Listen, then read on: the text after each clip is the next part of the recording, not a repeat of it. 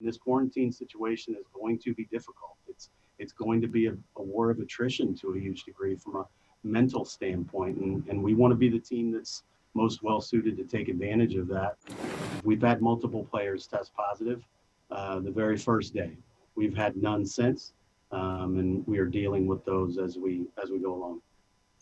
Can you say how many? 3.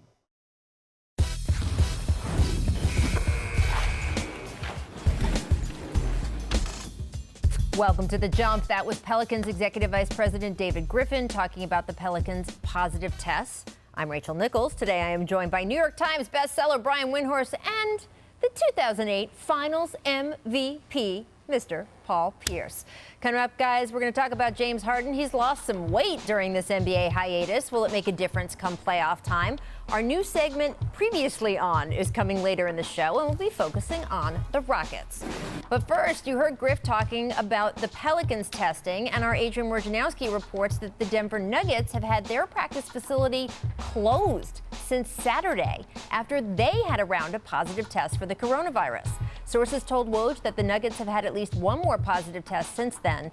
So, Paul, how concerning is this development just 1 month away from the NBA restarting? Man, this is very concerning. You got to expect that there's going to be more cases. I mean, we're hearing more and more each and every day, each and every week. And then for the Denver Nuggets, not being able to use the practice facility to get practice time in, to develop that chemistry back again. You got key players sitting out. You talk about a team that was number 3 in the Western Conference, who probably had championship aspirations. I mean, they finished in the top the last few years. The superstar, Jokic, he's gotten better shape during all of this. It's a huge concern. I mean, there's going to be, I'm telling you, Rach, there's going to be a major asterisk on this year's champ if key players have to sit out to the virus, if it's going to affect certain games regarding to seeding, if it's going to affect certain games in the playoffs, so where you have a guy that goes into quarantine for a week or two. This is a big concern for me. Yeah, and remember, Jokic is still overseas. He doesn't compute into this testing as he is over in Serbia having tested positive. And I think it's pretty clear that there are significantly more than 16 players that have tested positive already.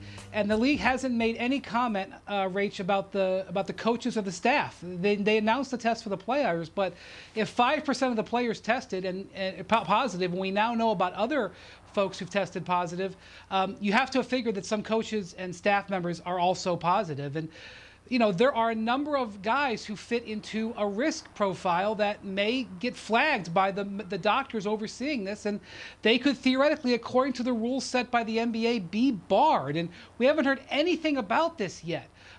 David Griffin also said that, Alvin Gentry hadn't been cleared yet. They're supposed to turn the lists in tomorrow of the 35 players that they're sending down to Florida. People. It's supposed to be an ironclad list. Including the coaches. 35 people, sorry. Yeah. 35 people, including the coaches, and yet we still don't happen to know if all the coaches have been cleared yet. So this is very delicate, and I feel like there's stuff simmering under the surface here that, whether the league wants to admit it or not, is going to become public soon enough.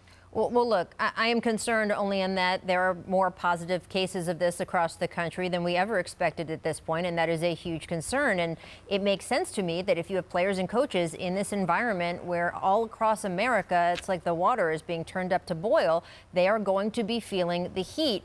I think that the NBA allowed for all of this in its ramp-up schedule. The idea was to get these players back at this point, to get them tested every other day, to start weeding out who needed to go into isolation and who didn't, and to also, I think, make it a little bit more clear to players how serious it is that in these days leading up to the plane to Orlando, that they have to isolate, that even if they're one of the ones who don't test positive, they can't be the ones who go out to the grocery store. They can't go hang out with their friends.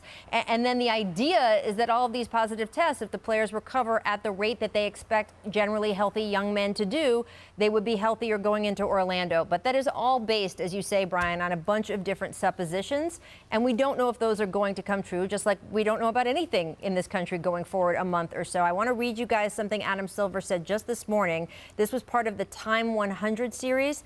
And he was saying, hey, it's never, quote, full steam ahead no matter what. He was asked, is there a point you guys would shut all of this down? He added, certainly if we had a lot of cases, he said, we are going to stop.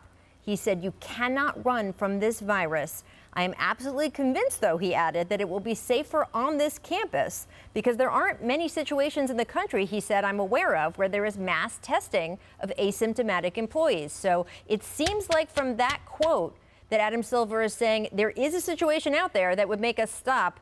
He said that we're not at it yet, and he does think once they can get all these guys into the campus, they will be in a safer environment. Of course, they have to get there. Thanks for watching ESPN on YouTube. For live streaming sports and premium content, subscribe to ESPN+.